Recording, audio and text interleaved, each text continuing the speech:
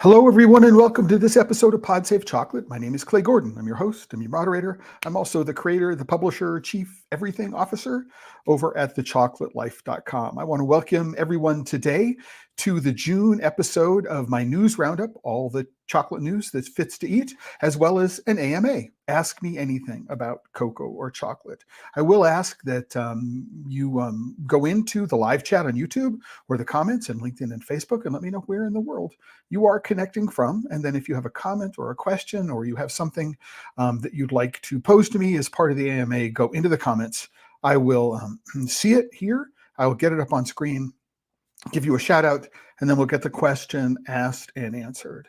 And so before we begin, I want to say that this episode of Pod Safe Chocolate, like every episode of Pod Safe Chocolate, is sponsored and supported by the members of the Chocolate Life. So here's the homepage of thechocolatelife.com.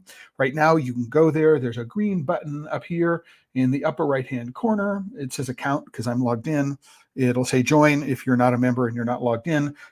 Please support what it is that we do here. And if you're on YouTube and like the video, go like the video. If you're on YouTube, watching on YouTube, like the video, give it a comment if you can, and subscribe to the Pod Safe Chocolate channel while you're at it. All of these things do support all of the work that I'm doing here. Not taking ads, and I'm not doing Patreon. Everything is around supporting the work of the Chocolate Life. So hope that you will do that for me today.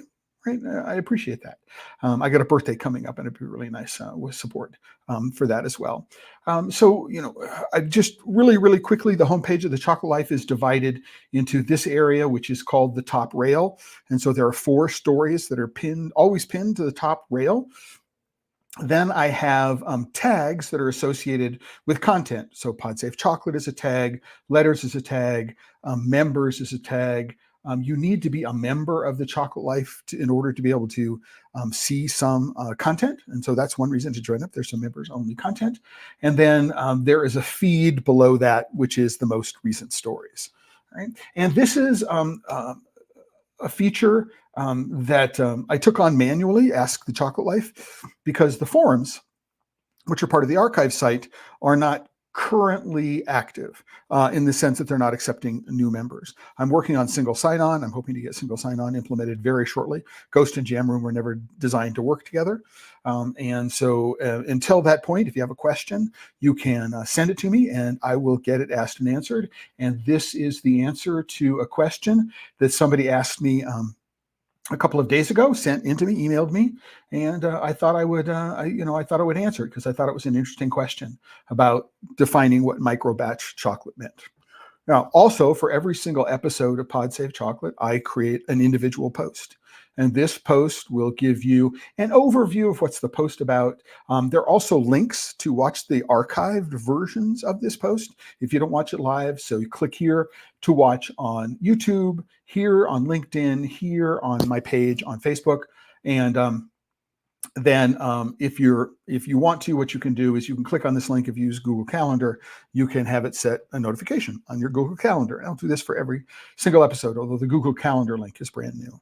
There's an overview, and then there are some posts, and these are the posts. This is the news that I'm going to talk about this week. So I only put 3 up in preparation for this. There's a lot more to go over. But I want to start off this news segment, as I start off many news segments, which is to talk about the price of cocoa. And so this is from barchart.com. I'll put a link to this page, and it gives us an idea of what the current cash price for cocoa is. So it's $9,500 a current ton.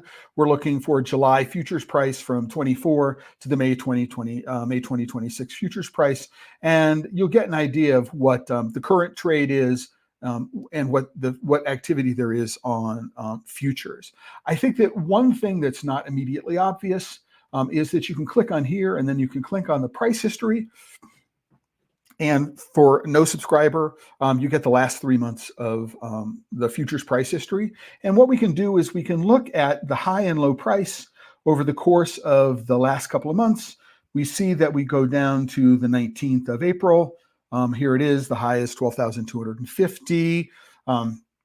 The current price is 9,500. It's been down as low as 7209. So we've got some, you can see the price movement and you can see percentage up and down, in dollar amount. So it's really interesting to follow this, I think, to get an idea of where the market is going. Another thing that's really, really interesting is take a look at the moving averages. So the moving average here will give you the last trade, right? Then it'll give you the 20-day moving average, the 50-day moving average, the 100-day moving average, the 200-day moving average. And then if you look in detail, you can get the 52-week low and the 52-week high. I think that the 52-week low and the 52-week high are here. So 12,250 within the last 52 weeks, it was 31.23. So if you're at all interested in cocoa and chocolate, then I think that understanding what's going on is really important. What's going on in prices. If you're a chocolate maker, you want to know this. There's another website, Trading Economics, which I think is an interesting site to look at because, still allergy season here in Prescott, is it will give you some narrative explanation for what's been happening to prices. You are going to see this graph. You can change. I want to see the change over the last week. I can change over the last 5 years. I can change over the last 25 years. I mean, you can get a good idea for where prices are going this way. And then further down in here, you can also see what's going on in the price of other commodities. But it is this narrative here that you should go take a look at. And this narrative is one that you need to take into account with perhaps a small bit of salt, which is not a commodity, by the way. Here is an article from the Washington Examiner that looks at record prices for a bunch of commodities. And it's interesting to find out, is there any relationship between some some changes in the price of commodities and others, and also, for example, what they're given for it says cocoa prices, for instance, that's right here, right, soared to record highs this spring thanks to aging tree stalks and disease in the Ivory Coast and Ghana, right? What's interesting about this one, right, you may wonder, is why haven't they talked about weather and climate change? I mean, the diseases didn't come about all by themselves. There was an instigating factor, and it was weather, right? And so one of the things I did is I went and took a look at ground news, and I looked at Washington Examiner, and what we do is we find that they're very, very conservative in terms of their editorial bias. And you can go and take a look at, where their where the biases lie in terms of their coverage. And Ground News also considers themselves to be averagely factual as well. So it's not surprising to me that we have as a conservative leaning news source that's not mentioning climate change, right? That doesn't surprise me, but it's an indicator of why when you look at things that you find in the media, that you look for primary sources. And so I would think that the Washington Examiner is a primary source. If you go and take a look at the links that they link to, there are other articles in the Washington Examiner. They're not spending a lot of time linking to other sources. So, you may want to have a service like Ground News, or so that what you can do is you can understand if this particular reporting actually exhibits any particular bias, right? So it's interesting knowing. But there might be some things that you can take from this that is helpful to you in terms of understanding. And this has something to do in here. They talk about U.S. monetary policy. I don't understand exactly how U.S. monetary policy is the driver, which was ascension with GDP and inflation, and Fed policy with respect to interest rates, what that does to drive commodity cocoa prices. I'm not certain that relationship. And if you're an economist, and want to talk about that, I would love to know. But it is really, really important to go through and take a look at how these things relate to each other. And I thought this would be a good way. I can't give you this link. I'm using a search engine called Perplexity. And there is an AI agent behind it, which does some summarization. It does, however, this is nice. It gives me the links to all of the sources that it mentions. And so what I can do is I can independently go and take a look at the sources that it mentions. So, I mean, do your due diligence is the number one thing to remember here. And that's really important for me. I'm the technical editor at International Confectionery Magazine. And, my writings are in print, right, as well as online. And if they're in print, it's really hard to take them back. And people, I need to be careful about, if I'm going to be citing external sources, that I do a good job of trying to find the primary source and making sure that I know what it is that I'm talking about. So with that, go take a look and see what's going on with the price of cocoa and ask yourself, okay, we were at 7,200 on May 20th. So only about 3 weeks ago, right? And now we've taken, let's see, 2,000 over 7. That's 30% increase in the last 3 weeks. What's going on here? And the answer appears to be fairly simple. And you'll get there if you read some of the market narratives around this, which is that it appears that what happened is that the price of cocoa hit a ceiling, $12.50, when there was no more cocoa to buy, right? And the price declined under the assumption that the mid-harvest, which is going on now, would be at forecast expectations. And it turns out that the mid-harvest is not reaching, or it's not matching forecast expectations. So supplies are tighter than people thought they would be at this time.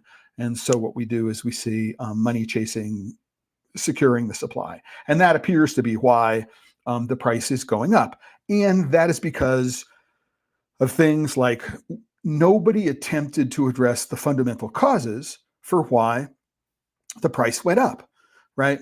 Aging tree stocks, perhaps aging farmers, disease associated with climate change.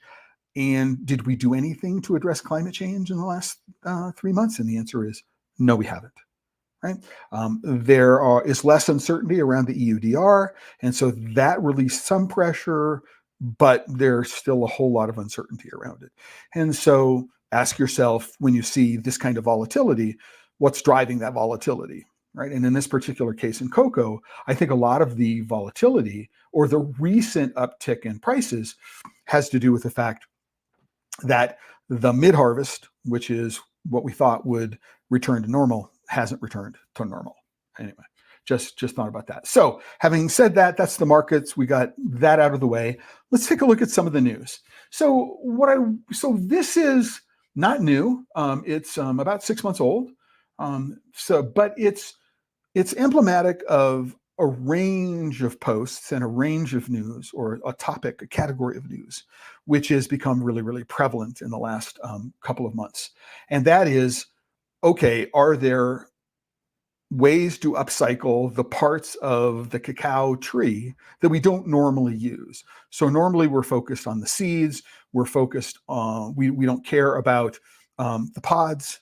We don't care about the liquid or the pulp around. We historically, interest in these is all relatively new. And so when we get done with the cocoa pods, what can we do with the cocoa pods, right? And normally what happens is they're left on the farm and they're allowed to decompose, and the nutritional content of the pods is allowed to go back into the soil. It's in many cases, if I have a low input, low output cocoa farm, it is a primary source of fertilizer, right? What are you doing when you're exporting an agricultural commodity? You're exporting the nutritional content of your soil and some water, right? But you're essentially exporting the nutritional content of the soil. You need to replace the nutritional content of the soil. And so one of the things that has been bandied about is, what can I do with the cocoa pods, right? And so some of them have said, can we turn them into flour and use that flour, right, the way we would use some other, flour, an alternative flour? That's not new. I first saw it in 2014 in Peru at the Salón del Cacao y Chocolate. In Lima, in 2019, Barry Calabout, as part of its whole fruit launch, also showcased a flour made from the endocarp. So the endocarp is the inside of the pod, not including the outer shell, the outer layer of the pod, so the endocarp. And this particular article, again, coming from the American Chemical Society. Now this actually in Science Daily, and this link is not yet in the post for today's episode, but I'll put it there afterwards.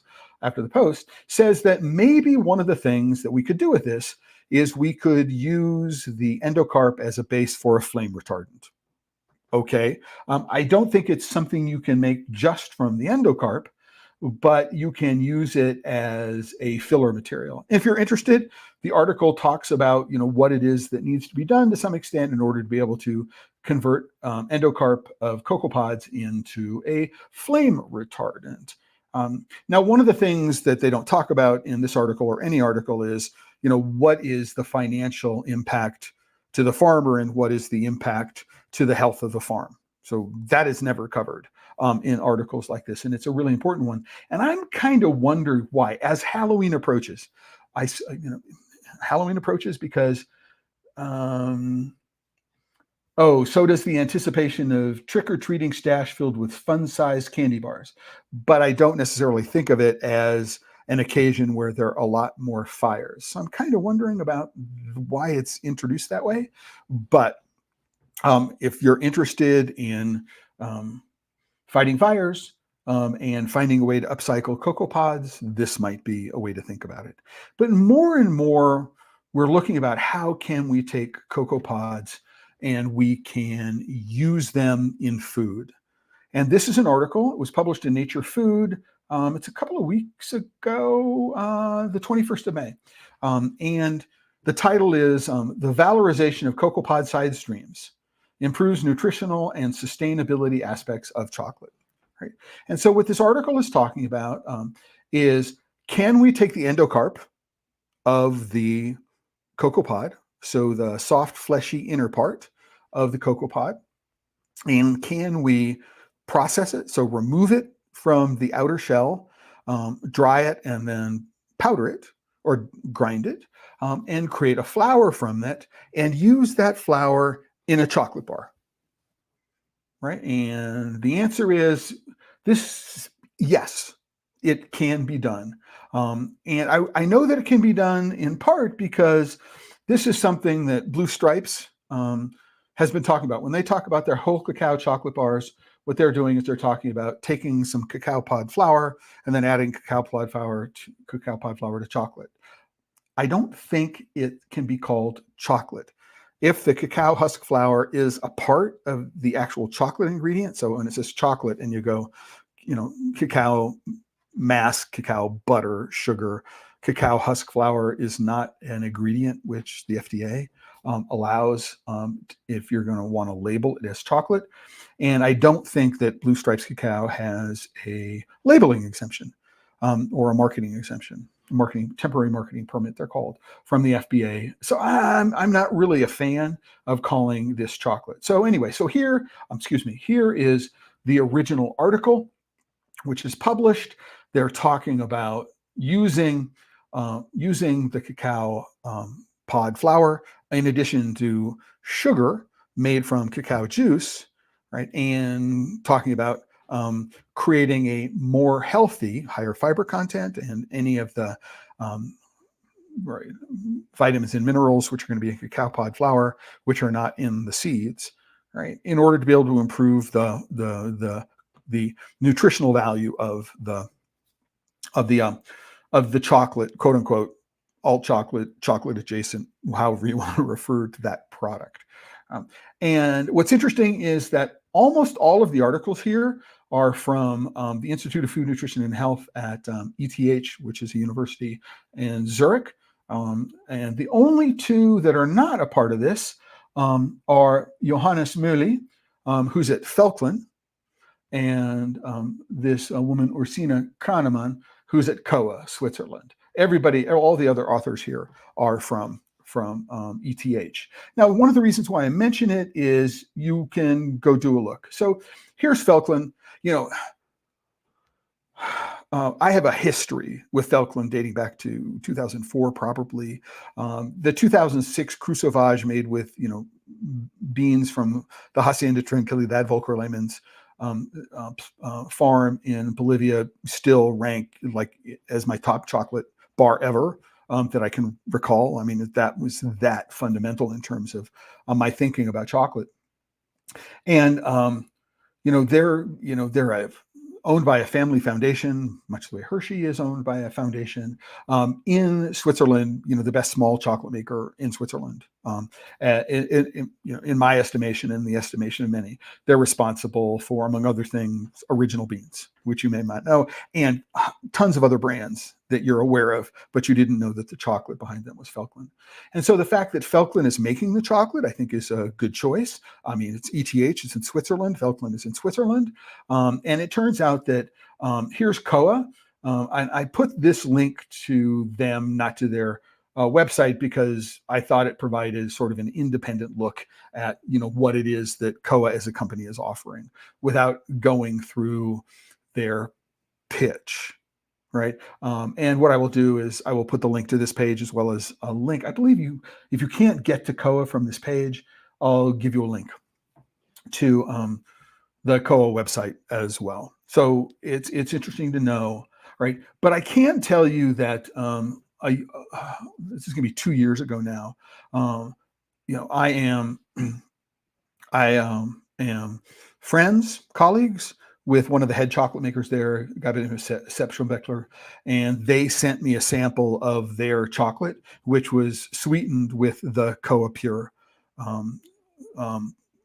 powdered cacao sugar. And it was probably the only thing that I've ever had from Felkland which was inedible. I mean, there was the sour ferment funk from the fermentation pile, which was the primary flavor component of this chocolate. And but it makes sense that because Felkland is in Switzerland and it has experience working with Koa Pure, that they would be making a chocolate from this product, making a chocolate which was sweetened with the Koa Pure sugar, but also included cacao pod flour. What I want to go through, excuse me, I'm clicking on the wrong one, is what they're talking about here is they're talking about the impact of potentially paying farmers more for things that are normally considered waste products. So, hey, farmers, bring your cacao and baba to us, right? Fresh cacao. And then what we'll do is we'll pay you for the juice, right? Yay, that works. Challenging to scale because, you have to maintain a cold chain, right? Or you need to either pasteurize or use a chemical preservative to keep the cacao juice, the fresh cacao juice, from fermenting. And so there are issues with how you scale this, right? Then we also have the issue is, how are you going to pay the farmers for their pods if they're going to bring their pods? Because number one is there's more labor involved in transporting pods than there is in transporting just the seeds in the pulp, right? But also you need to think about this in terms of, fertilizer and agriculture and inputs, which are going to make the farm more productive. And that's not, so farmer income and technology transfer, I'm not entirely sure what their technology transfer goes in. You can go in and look at it. They can talk about it. This whole fruit chocolate, I don't think Calabout trademarked the phrase, but one of the things that they're not talking about here, they are talking about cacao pod husk, the endocarp. This little bit of outside the endocarp, returning it, it's not enough to replace the full nutritional value of the pod. And so I don't know how many of the people here, right, at ETH actually has spent any time on a cacao farm, understands, has been to a collection center, really understands the entire process. In my reading of this, it's not clear that they have addressed all of the issues with respect to sustainability, right? Then nutritional, perhaps, but in the end, it's got to taste good, right? And if it doesn't taste good, people aren't going to really, I don't know, yeah. it's a commodity cocoa, it's a commodity chocolate. Maybe people will purchase it. Not entirely sure.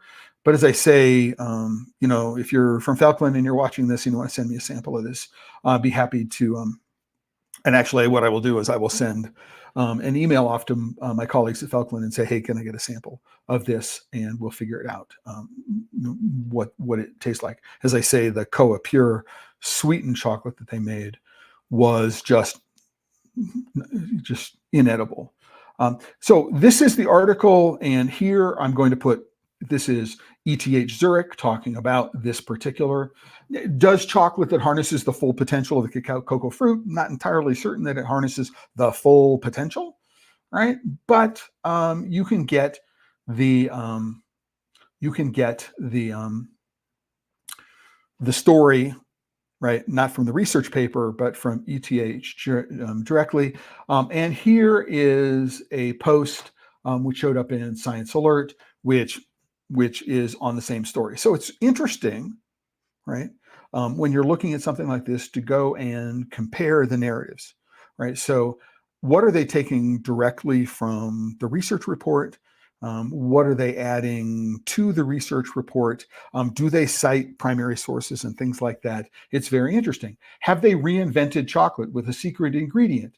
No, the answer is the ETH scientists have not reinvented chocolate, because this product from Blue Stripes has been on the market for several years now. Now, number one, about Blue Stripes, I am an admirer of Oded Brenner as a person. I spent quite a bit of time with him in New York City at the original Blue Stripes cacao shop on 13th Street, just south of Union Square, off University, and even supplied to him some cacao pulp reduction, sort of like a balsamic syrup.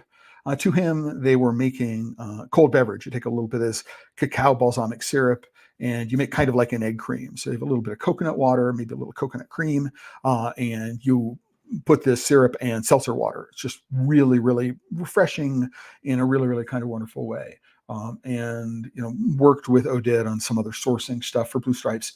Then COVID happened, and during COVID, he found investment from Hershey. And so while I am a fan of Oded personally, I don't think that, number one, I'm not interested in supporting Hershey as a company through my purchases. And then I'm not a fan of marketing, right? I don't know that this legally can be called chocolate. Not entirely certain why. I haven't been able to find a temporary marketing permit from the FDA that allows them to label it as chocolate. I've corresponded with them and I've asked them for it, and they haven't been able to get it to me. All right. So we have to be careful, right, when we hear headlines to say scientists reinvent chocolate with a secret ingredient. No, they haven't reinvented chocolate, right? In this particular case, ETH hasn't, because it has existed as a product already for several years, right? So it's a little bit of hyperbole. So just, it's important to take that into account, right? Before we get on to the next story, what I want to do is a quick reset to let everybody know that we are here listening to an episode of Pod Safe Chocolate here on thechocolatelife.com, the Pod Safe Chocolate channel on YouTube and on LinkedIn and on Facebook. And just a quick reminder, if you go into the comments or the live chat in YouTube, let me know where in the world you're connecting from. I don't need to know if you're connecting from YouTube or LinkedIn or Facebook. I'll see that, right? But let me know what part of the world. I'd like to know if it's just the United States, if I'm in Latin America, if I'm Europe, where in the world you're connecting from. We'll get the shout out up on screen, and encourage everybody. I've got a thumbs up on this video. If you're watching and like what it is I'm doing, give it a thumbs up. Subscribe to the channel, right? On YouTube. Follow me on Facebook and LinkedIn, and make sure that you are in fact connected, and you'll get updates and more information on these topics going forward. So there's that. And just a quick shout out to Kel from Norway. It's good to see you're following along today. And for people who don't know, Kel is the owner, founder, chief chocolate maker at Fjorden Chocolate in Norway.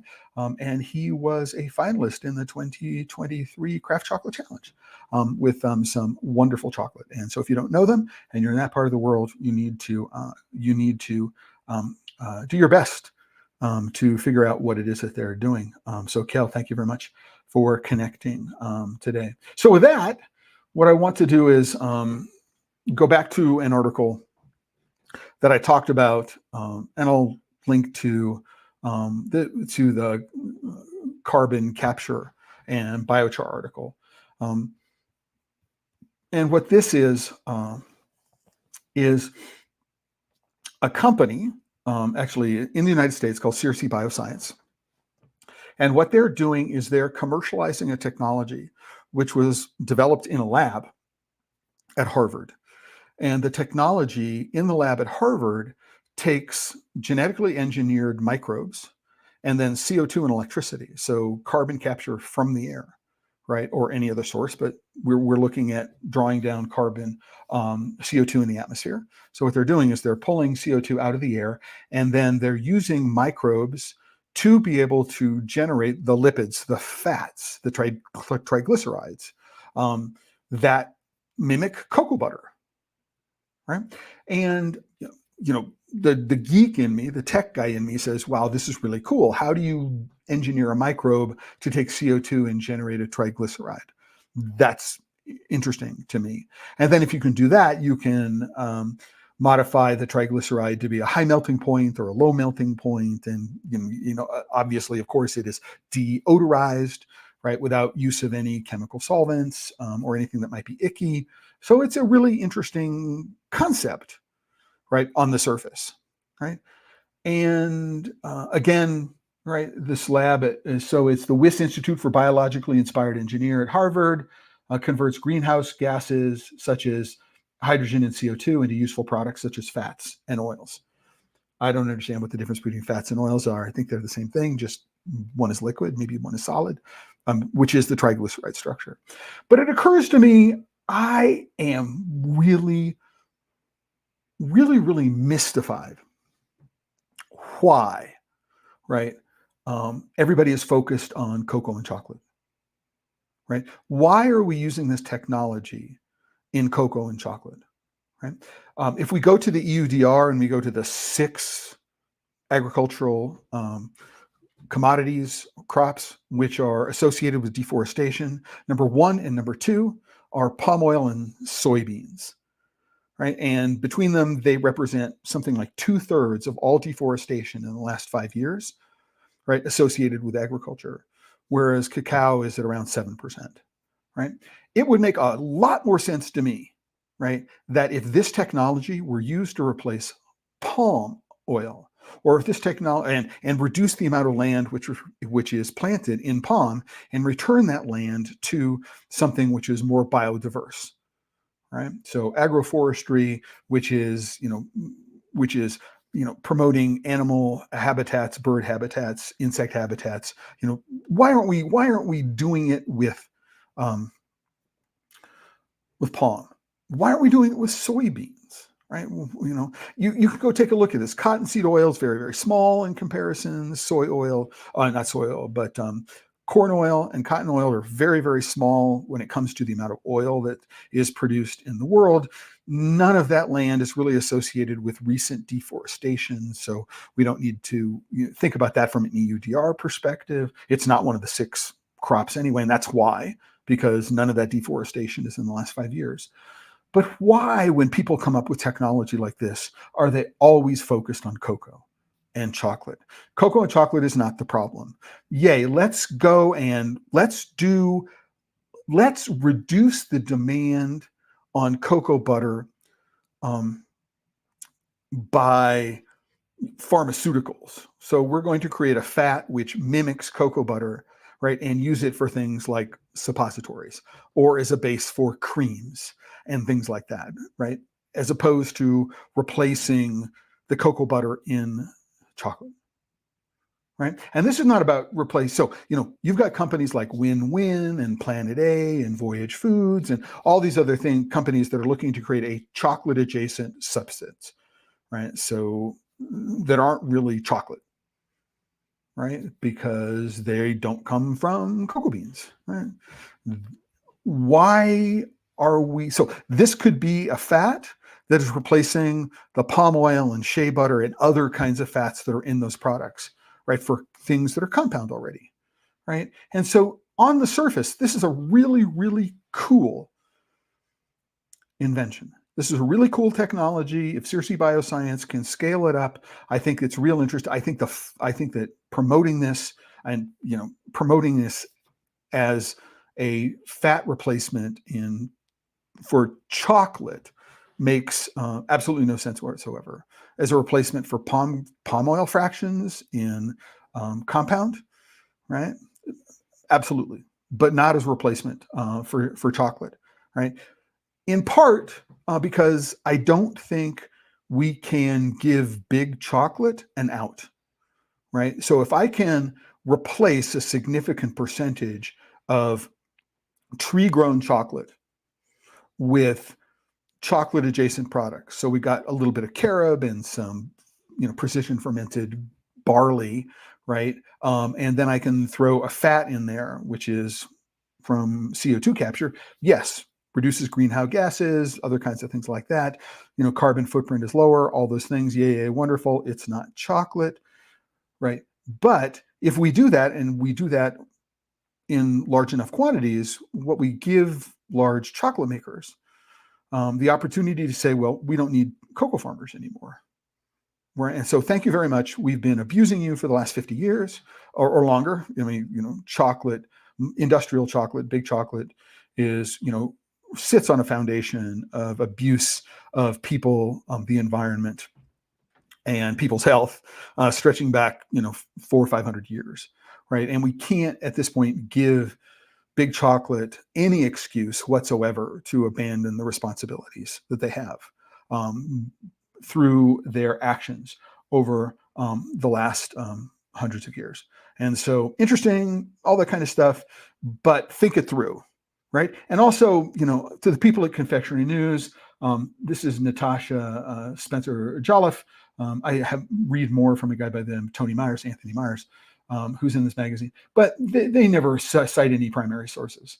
I mean, so there is no way to get at, where did the original information for this come, and can I compare what was in the press release with what it is that I've got here, right? Just really, really important to know. You can go to Circe Biosciences, you can go to the Harvard WIS lab, you can find out some of these things, but I don't know where the press release came from, and I don't know if they're just straight up reporting the press release, which is another thing to consider about when you're thinking about the news, right? Is the outlet that you're reading, are they doing any original interpretation? Have they done any other research? Or are they only citing what came to them in a press release and then copy pasta some quotes and things like that? It's impossible to tell. One of the things I've asked my editors at International Confectionery is to start sending me these press releases, so I can get the originals of the press releases, and I can perhaps share some of them with you. Anyway, so something to think about. Think about the impact of the story. This is very cool from a technology perspective. It's got a lot of the things that we would like to do, drawing down greenhouse gases, reducing CO2. It doesn't sequester the CO2, right? Because you consume the cocoa butter and what happens to it. So it's not about long-term storage, which is another thing we think about. Yay, it's great, we can capture it, but we're returning it to the environment. How much of it are we returning to the environment quickly? We need to consider all of those things, and it's not something we can know from this. I don't know what the life cycle assessment of this has been, or if anybody has done a life cycle assessment on the product. Right. With that, I want to go. This is it's an organization. It's in Europe. It's called Cuco. I think I know some people who are associated with it. I'm going to reach out to them. I'm going to try to get an interview with somebody about the process. So what they have revolutionized the cocoa value chain. Yay. Always love hyperbole. They've revolutionized the cocoa value chain by introducing unique data embedded containers at the source. Okay. So what they've got is, I am a smallholder farmer. I go, me and my friends, right? I go or my children or my slaves, my workers. I go, I harvest the pods in my farm, I open the pods, I've got some cacao and baba, right? And what I do is that rather than putting it in a sack or something like that, what I do is I put it into a container. And this container has an embedded data logger on it. Yay, data loggers, right? Not new technology at all, right? Whatsoever. And as a matter of fact, I was working on this idea with Dan Preston at Cacao Prieto back in 2010 and 2011. We were looking to see if we could find a data monitor, right, which was in a package, which would allow us to monitor pH and temperature of what was in a container, right? Or we could put it into a fermentation pile. Just throw these containers, they Bluetooth short range. I'd be able to have, some sort of device like a phone, and I could connect via Bluetooth to the monitors, and I can say, oh, here's the temperature in the middle of the pile, right? So not new, right? We ended up not being so. The whole thing fell apart in part because of Dan Preston and the way Cacao Prieto was set up and its connection to Widow Jane. Lots of backstory there, which I was involved in. But basically what we do is we have a container. It looks like the container has a data logger on it. It probably has a chip that says, okay, every once in a while, what we're going to do is we're going to record at every 20 minutes. We're going to say, here's what the time is, and then here's what the temperature is, and then here's what the location is.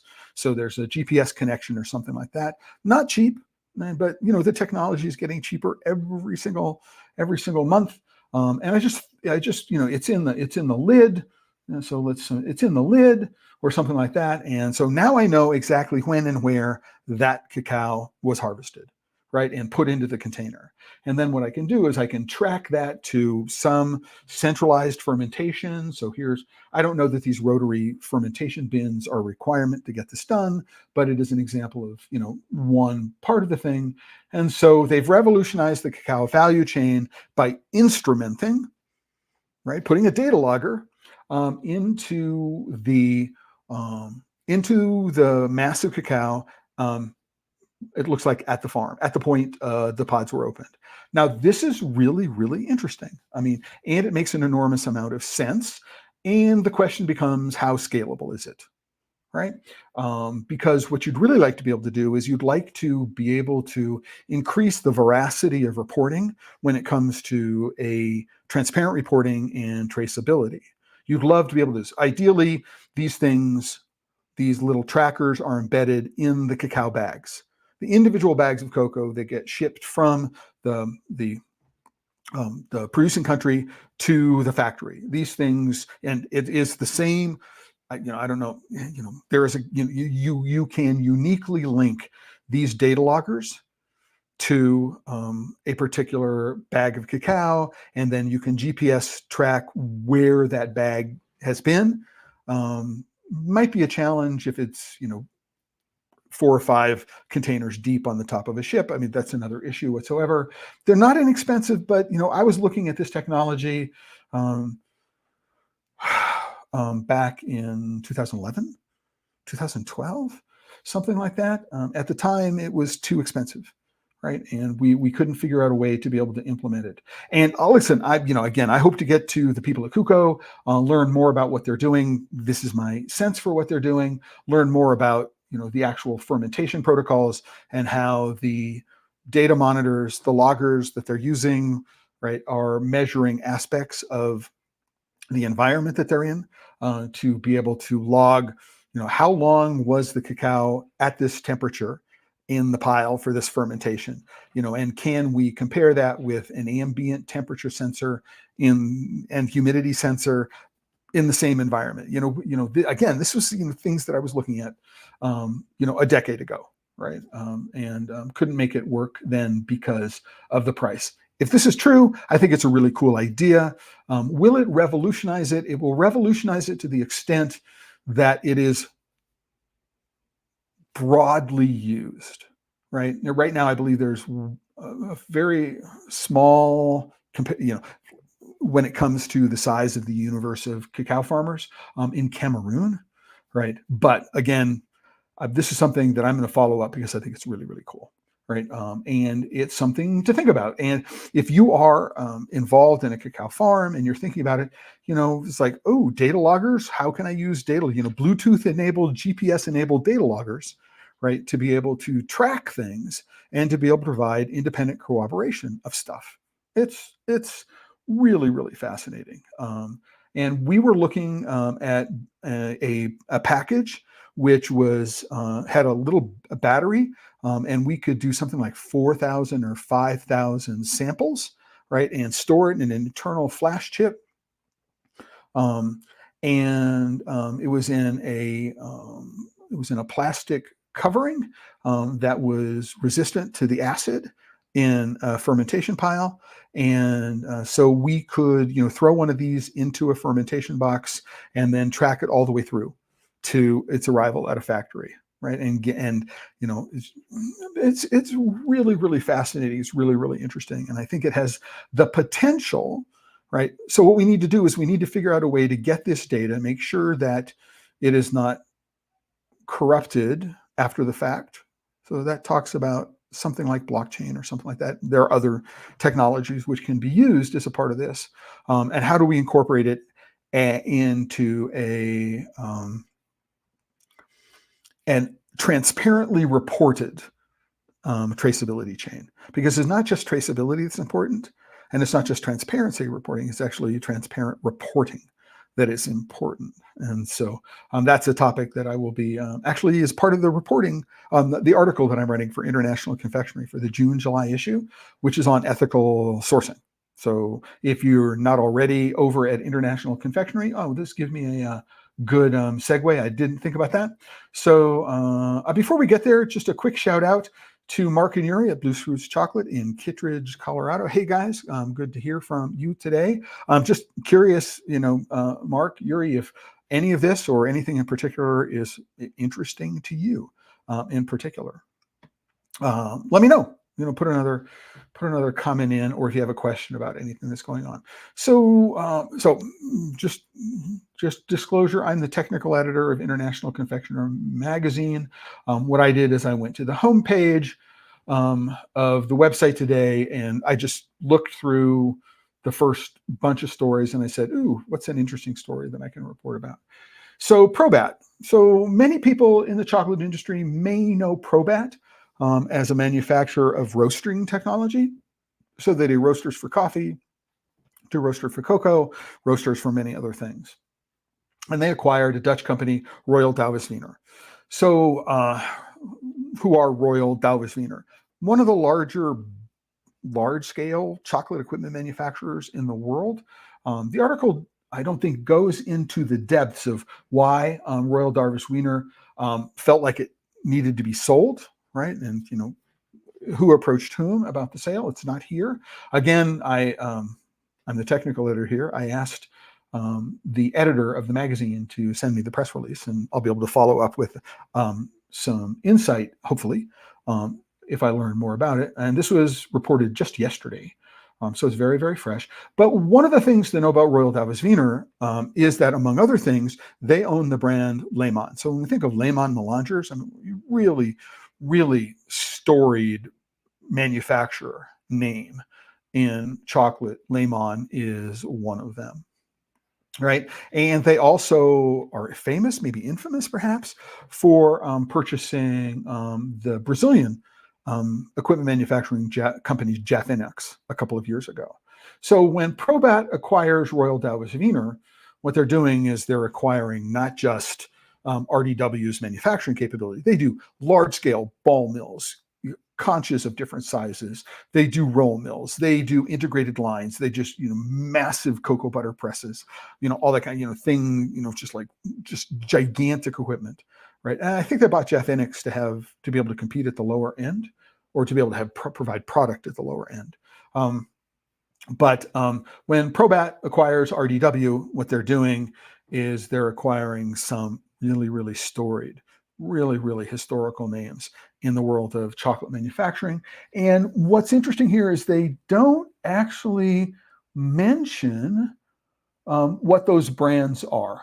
So want to let you know, I've been, so they're in Zaandam, which is on the outskirts. Their factory is just outside of Amsterdam. I've been there. I've seen what it is. I had a really interest. I've seen the factory. I've seen equipment manufacturing. I've seen entire lines put together, and I had one of the more interesting experiences in chocolate, which is when they gave me the same recipe.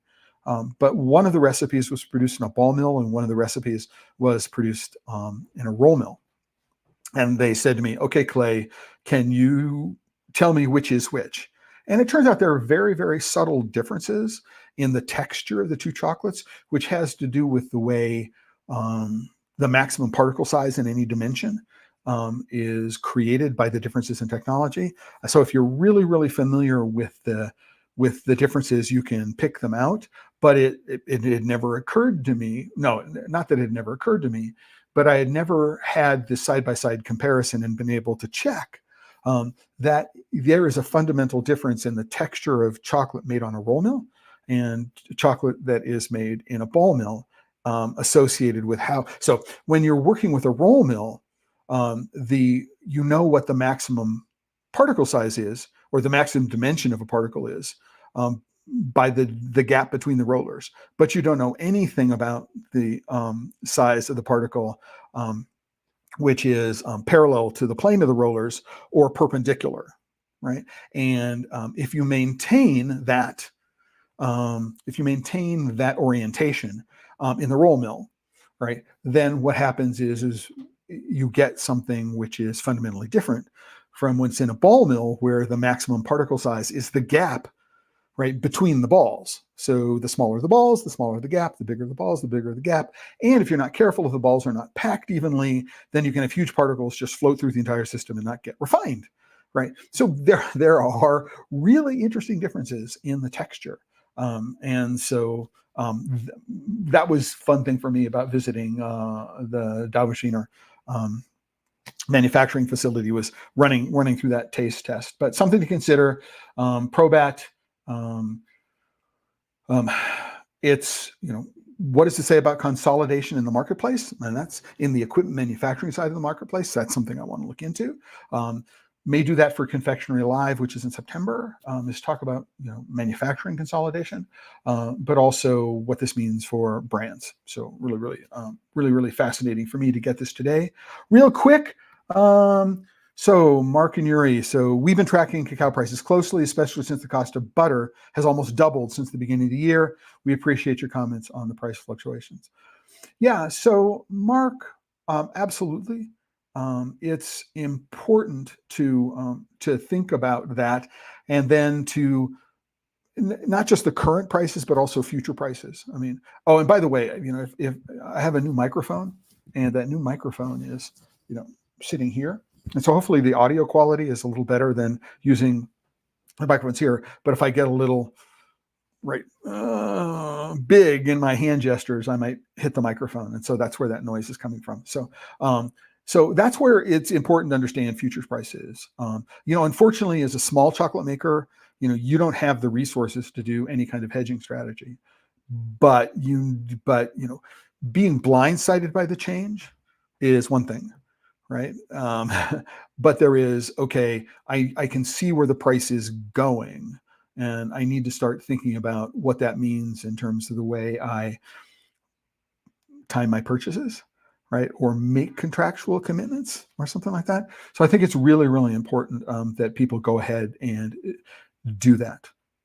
If you're a chocolate maker and you are completely dependent upon the price of ingredients, that following the price of ingredients, and that includes sugar as a commodity, and things like that. So, and it's interesting, Mark, apparently they do manufacture beet sugar. They do grow beets and manufacture beet sugar in Colorado. I learned that from Mark Brewer's pollinator, who's up in Carbondale. He uses locally produced beet sugar. So maybe that might be a way. I know that you've got this wonderful bastard suiker that you're bringing in from the Netherlands, but I mean, working through a local sugar producer may be able to provide you with some things, provide you with some price stability you wouldn't be able to get somewhere else. With that, thanks for turning us into the magazine. We have a subscription, lots of good information ideas. I'm glad that you found it to be so. And by the way, subscriptions to the magazine, if you're interested, it's a controlled search publication. It's free to subscribe. You can download individual articles, or you can become a subscriber. Unfortunately, the challenge is, I could send you to the subscription link. So, right. So you go to the homepage and go down here and say, click here, right? And you should get a sign-up form. But the browser that I'm using called Arc, you know what it might be? No, I don't have the VPN on. So the browser that I'm using for some reason blocks the subscription form. Not entirely sure, but I know that it works in Safari, and I think it works in just a plain Chrome. Free subscription, you get the digital magazine, and you get the newsletter. And if you want a hard copy subscription to the magazine, you can get that as well.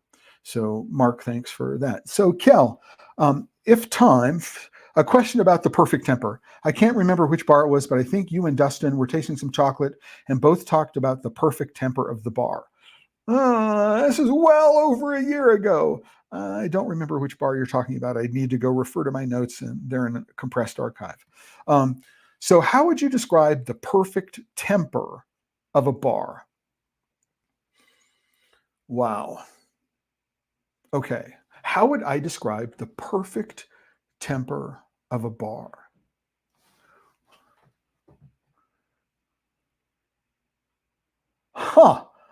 I've never been asked that question in this kind of way. Let me get away from that. Let me get away from what's up on the screen.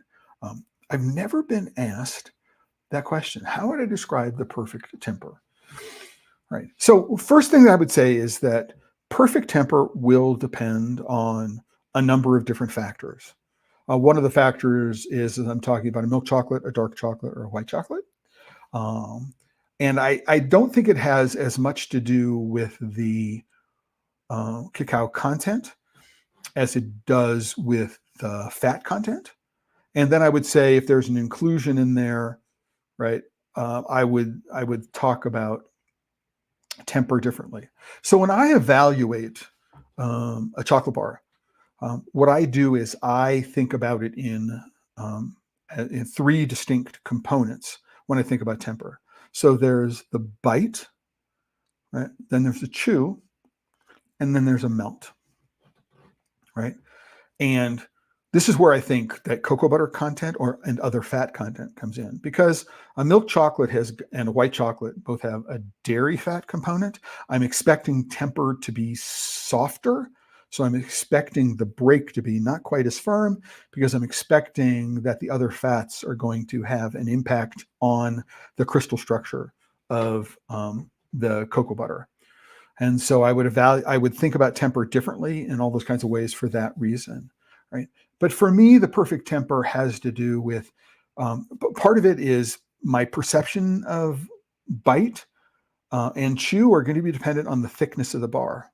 So if I've got something which is 3 millimeters thick, and then a bar which is 6, 7, or 8 millimeters thick, then my idea of what temper is going to be very, very different. My perception is going to be very, very different. So there's just the technical component. I'm looking at it.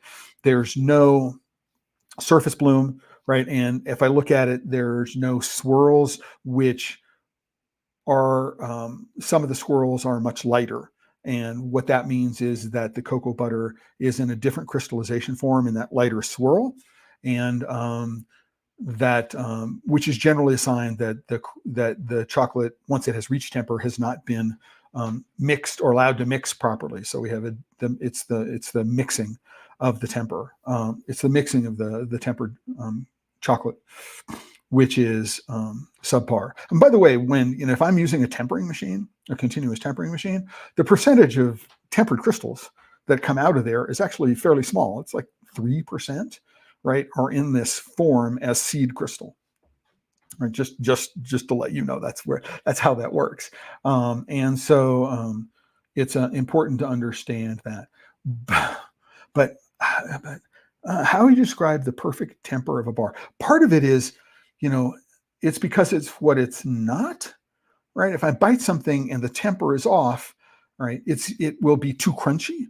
So one of my challenges with a lot of 2-ingredient chocolate is that the bite is too firm because if it's a low fat content, right? And so there's a high solids content. And what I want is something that is not crunchy as I bite down on it. I associate that with form 6 over crystallization. And in all, fairness, my introduction, my inspiration, the reason why I got into the chocolate business back in 1994 was the chocolate of Bonnat. So typically French, high cocoa butter content. I prefer that. And so I think that you'll find, for example, if I'm working at Dandelion making 2-ingredient chocolate all day long, or you're working at, Bonnat making their, 3-ingredient chocolate all day long, you're going to get a different notion of what perfect temper is for any particular thing. And I didn't answer your question. I know I just raised a whole lot of issues that, what's going on here? Right. But maybe I did provide something that's of value to you in there, Cal. Again, it's one of those things that, how many different chocolate bars have I eaten over the course of the last 30 some odd years? And the answer is a lot. And so it may just be a gestalt impression that I have when I bite into it, that it goes yum. So, it's like there's nothing calls attention to itself that says this is wrong, right? Or it's wrong for the kind of chocolate bar that I'm tasting here. So just really, really interesting man, you know what? I'm going to see if I can go back and find out through my notes which bar you're talking about. And if you could let me know, did we do this in the live tasting, or was it must have been, because you don't have access to all the other tasting notes for all the other entrants. So if it's in the live tasting, I may go back to the tasting that we did with Dustin. I think I recorded it. And see if I can remember which one it was, and then reconstruct my thoughts on it. But it's a really interesting question, and I think it makes it's a great topic. And I'll start asking this of other people as well. Thanks for the question. It's really interesting. And then one last comment from Mark and Yuri. Great lead on beet sugar. Yeah. So, and here's an interesting thing. We tend to think of single origin as only applying to the cocoa beans. So, I'm making a single origin chocolate in cocoa beans. Well, why? Why don't you do a chocolate, same recipe, right? But if you're going to do coffee, use 3 different coffees. And so you're doing a sampler of coffees where the single origin component of it refers to the coffee part of it. Or you could do a chocolate bar, the same chocolate recipe, cocoa, same cocoa beans, same everything else, but vanilla from 3 different parts. What's the difference in this cocoa if I'm using Madagascar bourbon or Tahitian, right, or Mexican vanilla? That's another really interesting way to go and do this. So, hey, this is Dutch sugar, Dutch beet sugar, right, the bastard sugar, and here's Colorado sugar, right, and same chocolate, 2 different sugars. That could be really, really interesting.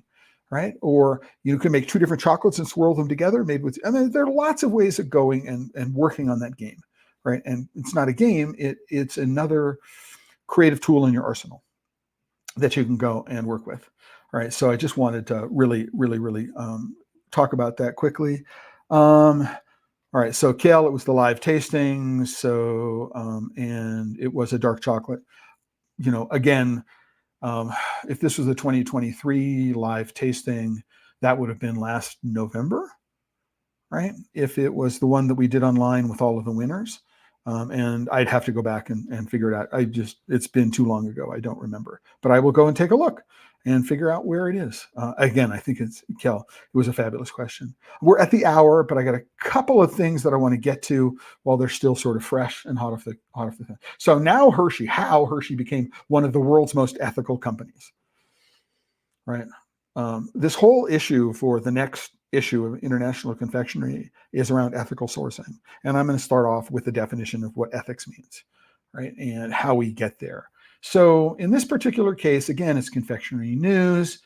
Again, it's Natasha, who I don't know who the background in here. And they're talking about So what are the contributions of how Hershey became an ethical company? They hire veterans, they build schools, they slash packaging and emissions, right? Right, are just some of the ways the firm has earned ESG, so environmental sustainability and governance credentials, ESG cred. And but we need to be very careful. Hershey has a 12-year commitment to put $50 million into its Cocoa for Good strategy. So we go look at the Cocoa for Good strategy, which is off the site. So that's good. So they're citing a primary source, which is not in the magazine. But think about this, 12-year commitment to put $500 million. So that's $40 million a year into a commitment to whatever Cocoa for Good is. We need to find out, right? We need to find out. So what we find out is that they're about halfway through the project. As of December 2023, Hershey's invested 51% of this into its efforts. So we need to go and actually figure out, number one, where they are investing the money, how they are investing money, how they're determining what the return on the investment is and the value and all those kinds of things. For this $500 million over the course of 12 years, $40 million a year, this represents what? 1 day's worth of profit, right? And who is receiving the money, right? Is this, so, Hershey announced many, many years ago that they were putting like $100 million in 10 years into a particular strategy in Africa to provide communication services. So they were going to provide weather reports that farmers could get on their phones. And if you actually looked at where the money was being spent, it was being spent on telecommunications companies. So Deutsche Telekom or some other big international provider was providing the cell phone services, and the weather provider was not in the country and not in a producing country. It was in a consuming country. And so you really need to understand, when you look at these things, what are they measuring? Where is the money being spent? Who is benefiting for it? And if this is something, if this is something you're interested in having me do, maybe for the July issue, what I'll go take a look at this Cocoa for Good strategy and go think about what it means and where the money is going, all that kind of stuff, right? So 73% of Hershey's U.S. dairy ingredients were sourced from suppliers and rolled in and assessed through its Hershey Sustainable Dairy Programs at the end of 24, right? So, they're looking at all these things, right? What I think is really, really important here, right? Again, in terms of evaluating it, when many people think about ethics, they think about human rights, well-being of people. They're talking about non-slavery and all that kind of stuff. And one of the things that I think is an important thing to consider when we think about ethics is that we need to think about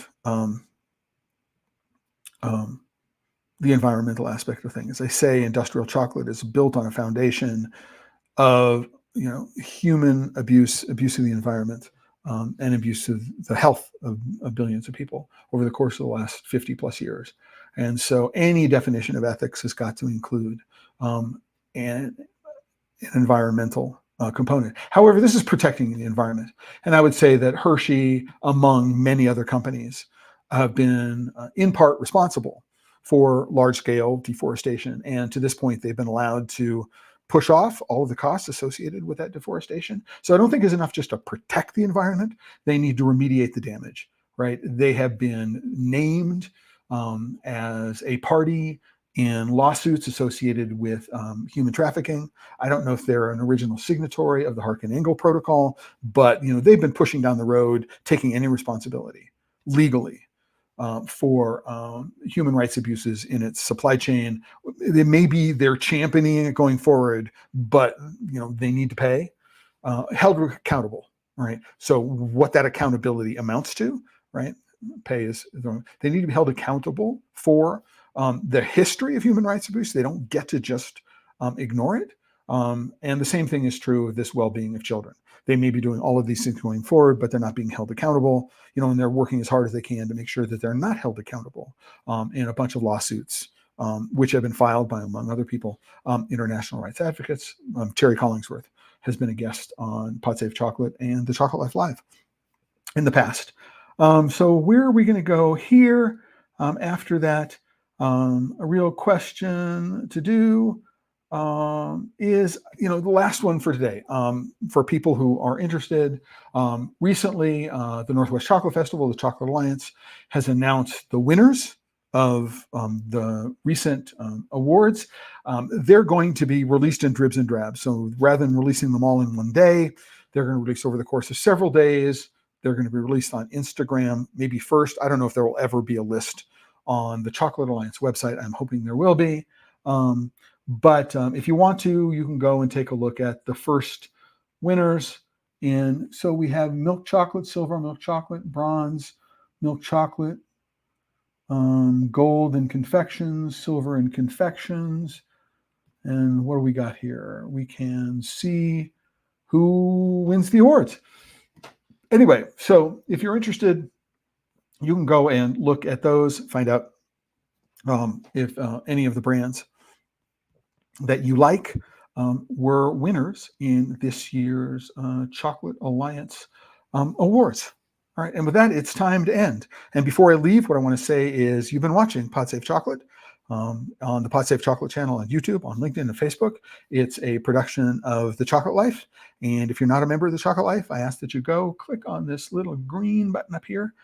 It'll say join if you're not already a member and logged in, and please join. Your support provides the moral support and the financial support to keep the Chocolate Life and the PodSave Chocolate going. You need to be a member. So here's the post for today's episode. I'm going to be adding links that I talked about into here. More links. I'm going to fix that at the end of the episode. But if you are a member, there's a member discussion. And so you can continue the discussion all right, after the fact, not just on YouTube, LinkedIn, or Facebook, but on the Chocolate Life itself. So just wanted to highlight that as one of the benefits of being a member of the Chocolate Life. And with that, I want to say thanks all for being here today. Thumbs up on the video if you liked what it is you were doing on YouTube. Subscribe to the PodSafe Chocolate channel on YouTube. I don't have a scheduled episode for this coming Friday. Not entirely certain what it's going to be yet, but I do want to let you know that I am looking forward in an upcoming episode. So David Nilsson, who is a certified beer judge, a Cicerone, and a chocolate taster who's written a book about pairing beer and chocolate, and I are going to be doing a pair of episodes. So one of them is going to be on his audio podcast, and that's going to be the first one. And we're going to be talking about pairing beer and chocolate from the perspective of beer, right? Which is what David's is. And then after that goes live, shortly thereafter, we're going to be doing a live here on PodSafe Chocolate. We're going to talk about pairing beer and chocolate from the chocolate perspective. First time I've done this back to back. I'm really, really excited about the idea of doing it, and I'm hoping that you'll do it well, hoping that you will enjoy it as well. And with that, I want to say thanks, everybody, for being here from the beginning to the end, for joining us in the middle. It's been my pleasure. And remember, if you're working with chocolate and you're not having fun, you're doing it wrong. Until the next time, everyone, ciao.